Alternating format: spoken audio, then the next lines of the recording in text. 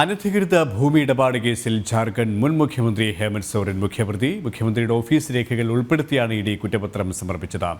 വിവരങ്ങളുമായി ഗൗതം അനന്തനാരായണൻ ചിരിയാണ് ഡൽഹിയിൽ നിന്നും. ഗൗതം, ഇഡി കുറ്റപത്രത്തിൽ എന്തൊക്കെ കാര്യങ്ങളാണ് പ്രധാനമായും വ്യക്തമാക്കുന്നത്?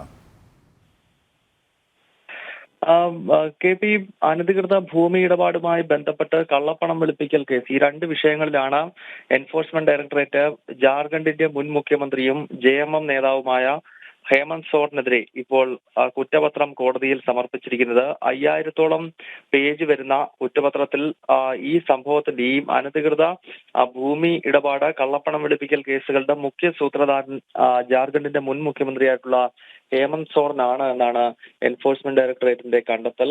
മുഖ്യമന്ത്രിയായിരിക്കെ ഓഫീസിനെ ഉൾപ്പെടെ ദുരുപയോഗം ചെയ്തുകൊണ്ടാണ് ഇത്തരം ഇടപാടുകൾ ജാർഖണ്ഡിന്റെ അന്നത്തെ മുഖ്യമന്ത്രി നടത്തിയത് എന്നാണ് ED ഇപ്പോൾ കോടതിയിൽ നൽകിയിട്ടുള്ള ചാർജ് ഷീറ്റിൽ വ്യക്തമാക്കുന്നത്.